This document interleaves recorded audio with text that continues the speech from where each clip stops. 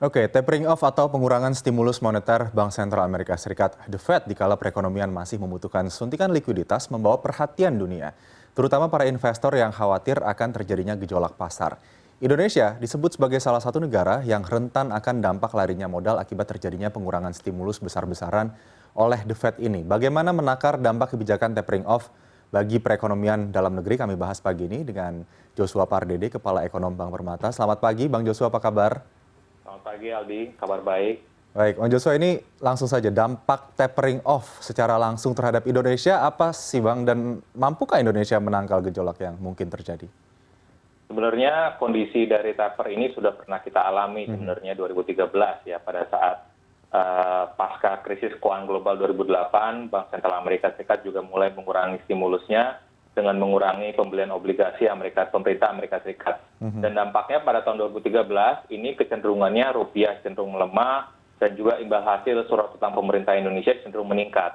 Nah, tapi kondisinya makanya dikatakan sebagai kejadian efek tantrum ya, karena memang ini pasar keuangan global tidak siap. Tapi dibandingkan dengan kondisi saat ini di mana fundamental ekonomi Indonesia juga relatif cukup baik, terindikasi dari misalkan inflasi yang relatif rendah, lalu juga cadangan devisa juga kita cukup solid ya, dan juga likuiditas tetap longgar ya, dan pertumbuhan ekonomi juga beranjak menunjukkan tren yang perbaikan, sehingga saya juga meyakini bahwa dampak dari tapering ini bisa kita redam ya, artinya bantalan dari kondisi fundamental ekonomi Indonesia ini akan cukup untuk bisa menangkal terjadinya capital reversal. Tapi memang tetap kita perlu mengantisipasi bahwa dampak yang most likely akan terjadi adalah kecenderungan di mana rupiah akan sedikit melemah dan juga kenaikan dari imbal hasil surat utang pemerintah Indonesia. Oke, jadi sedikit ya Bang, kalau kita dibandingkan pada tahun 2013 lalu,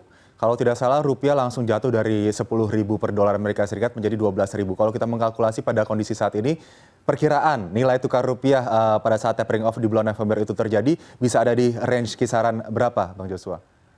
Ya, sebenarnya kalau kita lihat pasca FOMC meeting bulan September yang lalu ya, ini dampaknya ataupun respon dari pasar pun juga tidak berlebihan ya. Artinya rupiah kita melihat saat ini juga cukup stabil di kisaran 14.300. Meskipun kemarin imbal hasil surat utang pemerintah Indonesia agak cenderung meningkat ya sepanjang bulan September yang lalu, tapi kami meyakini bahwa rupiah diperkirakan masih akan tetap stabil ya, mungkin di kisaran 14.400 hingga 14.600, ataupun masih saya pikir levelnya masih di bawah 15.000 ya, karena kondisi dari komunikasi The Fed sendiri juga lebih baik, dan juga fundamental sekali lagi vulnerability kondisi yang ada di emerging market dan juga Indonesia saya pikir tidak lebih memburuk ya dibandingkan 2013. Jadi saya yakin bahwa kita akan bisa membatasi ya dampak dari tapering.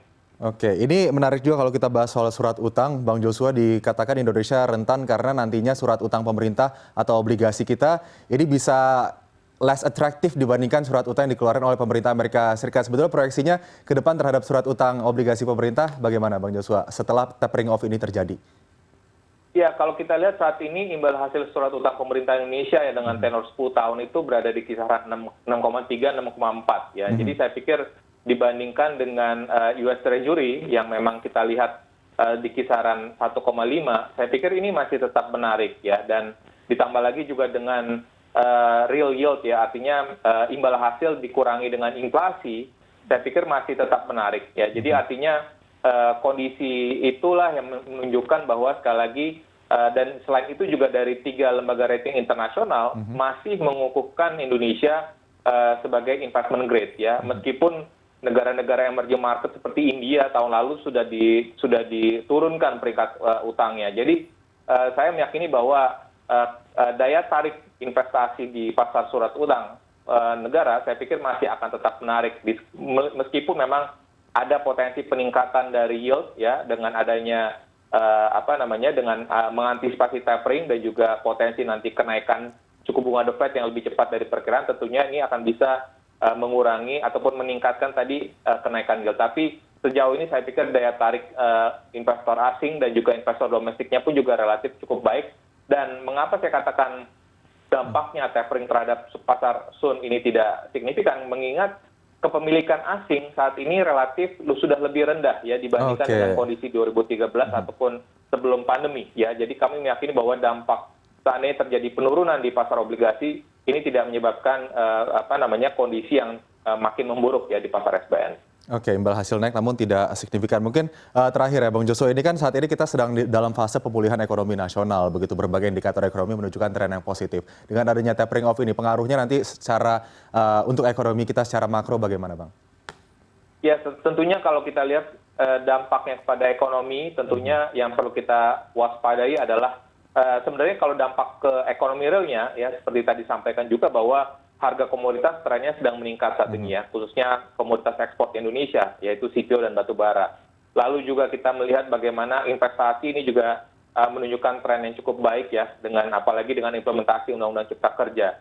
Yang mungkin kita harus tetap mendorong adalah bagaimana membangkitkan kembali konsumsi rumah tangga ya, karena konsumsi rumah tangga ini masih menjadi penyokong utama ekonomi Indonesia ya. Jadi artinya dengan upaya pemerintah untuk mendorong tetap implementasi dari anggaran PEN ya, mengoptimalkan anggaran PEN dan juga insentif-insentif kebijakan lainnya, kita harapkan pemulihan ekonomi khususnya dari sisi domestic demand-nya ini akan lebih cepat, sehingga kita harapkan dengan pemulihan ekonomi yang lebih cepat pun juga ini akan juga membatasi dampak dari pengetatan kebijakan moneter di Amerika Serikat.